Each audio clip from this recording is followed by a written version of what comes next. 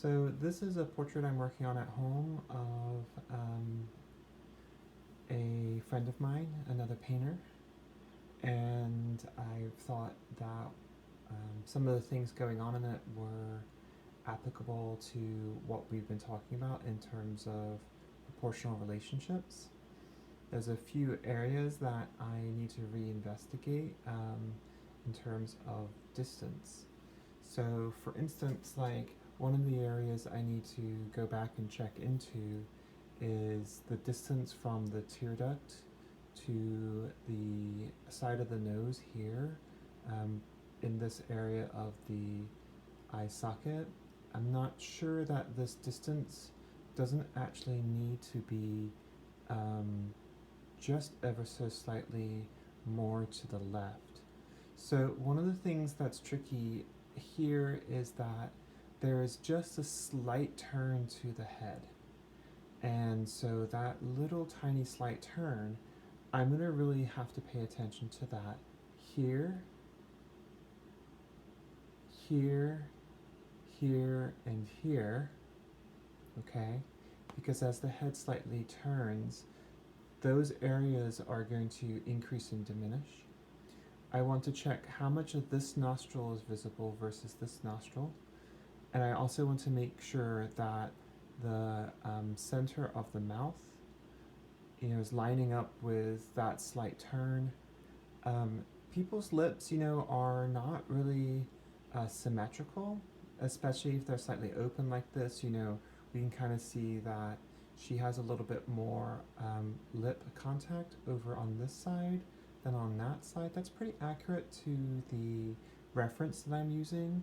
So, someone's lips there might be a change in the angle here versus over here because this lip over here is a little bit more in contact. Maybe that as lips do, they were a bit more stuck together on this side than that side.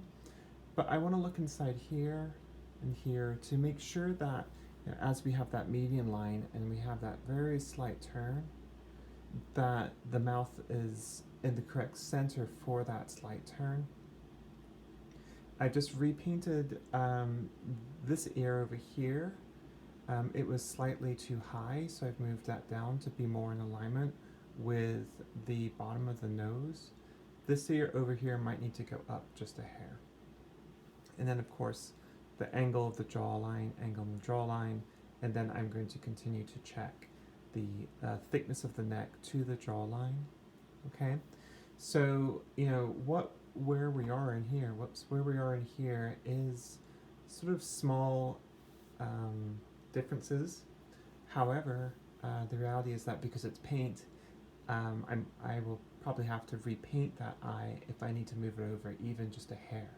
And so, in that sense, working with the charcoal is much more malleable than working with the paint. Even though the paint is easily changed, it probably will require me to actually repaint this whole area, because once I move the eye, I'll have to check the crease of the eye, and then of course the eyebrow might need to be changed as well. So as you're working on your portrait, really important to keep in mind, when something is wrong, go ahead and work to fix it. You can't leave it wrong. We're seeking accuracy. Even if, like in this painting, it's expressive, there's still accuracy that is being, sought.